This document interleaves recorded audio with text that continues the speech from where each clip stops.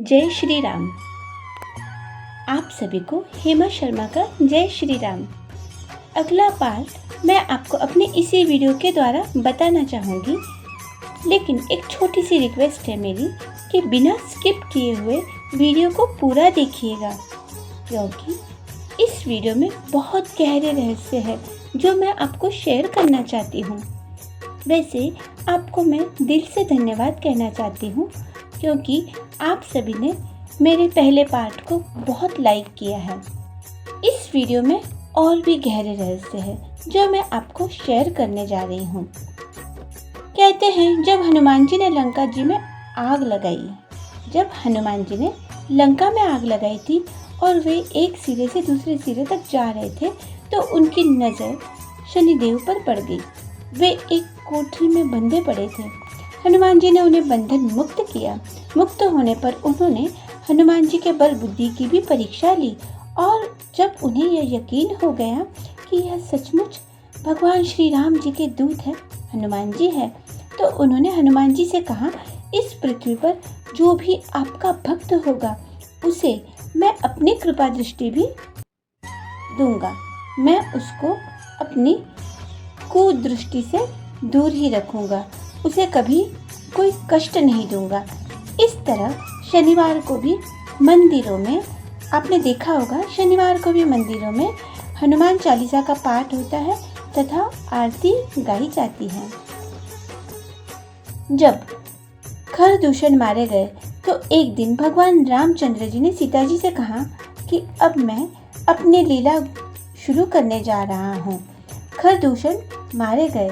शूर्पणखा जब यह समाचार लेकर लंका जाएगी तो रावण आमने सामने की लड़ाई तो नहीं करेगा, बल्कि कोई न कोई चाल जरूर खेलेगा, और मुझे अब दुष्टों को मारने के लिए लीला करनी ही होगी। जब तक मैं पूरे राक्षसों को इस धरती से नहीं मिटा देता, तब तक तुम अग्नि की सुरक्षा में रहो। भगवान रामचंद्र जी ने उसी समय अग्नि प्रज्वलित की और सीता जी भगवान जी की आज्ञा लेकर अग्नि में प्रवेश कर गई। सीता माता जी के स्थान पर ब्रह्मा जी ने सीता जी के प्रतिबिंब को ही सीता जी बनाकर उनके स्थान पर बिठा दिया। अग्नि परीक्षा का सच। अब यह है अग्नि परीक्षा का सच। रावण जिन सीता माता का हरण कर ले गया था, वे सीता माता का प्रतिबिंब थी। यस। और लौटने पर श्री राम जी ने यह पुष्टि करने के लिए कि कहीं रावण द्वारा उस प्रतिबिंब को बदल तो नहीं दिया गया।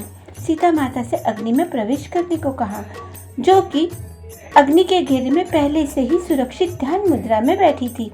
अपने प्रतिबिंब का सहयोग पाकर वे ध्यान से बाहर आई और राम जी से मिली। आधुनिक काल वाले वानर नहीं थे हनुमान जी। कहा जाता है कि कपि नामक एक वानर जाति थी। हनुमान जी उसी जाति के ब्राह्मण थे। शोधकर्ताओं के अनुसार भारतवर्ष में आज से 9 से 10 लाख वर्ष पूर्व बंदरों की एक ऐसी विलक्षण जाति में विद्यमान थी, जो आज से लगभग 15,000 वर्ष पूर्व विलुप्त होने लगी।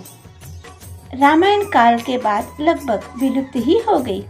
इस वानर जाति का नाम कपि था। मानवनुमा यह प्रजाति मुख और पूंछ से बंदर जैसी नजर आती थी।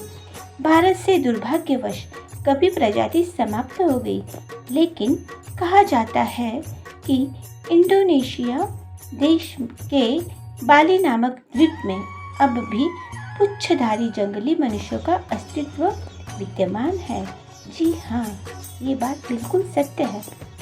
विश्व में रामायण का वाचन करने वाले पहले वाचक कोई और नहीं, बल्कि स्वयं भगवान श्री राम के पुत्र लव और कुश थे।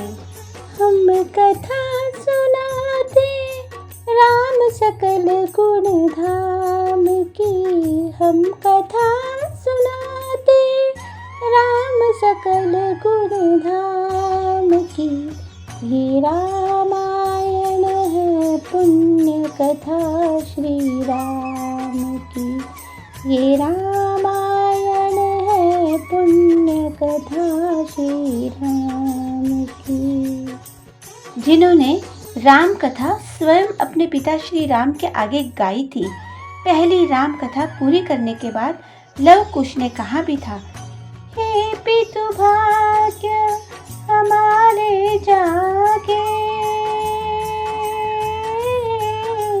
राम कथा कही राम के आगे, राम सिया राम।